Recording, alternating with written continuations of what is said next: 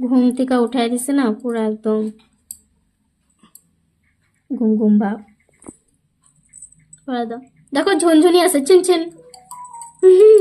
এই যে চুনচুন। পড়ো।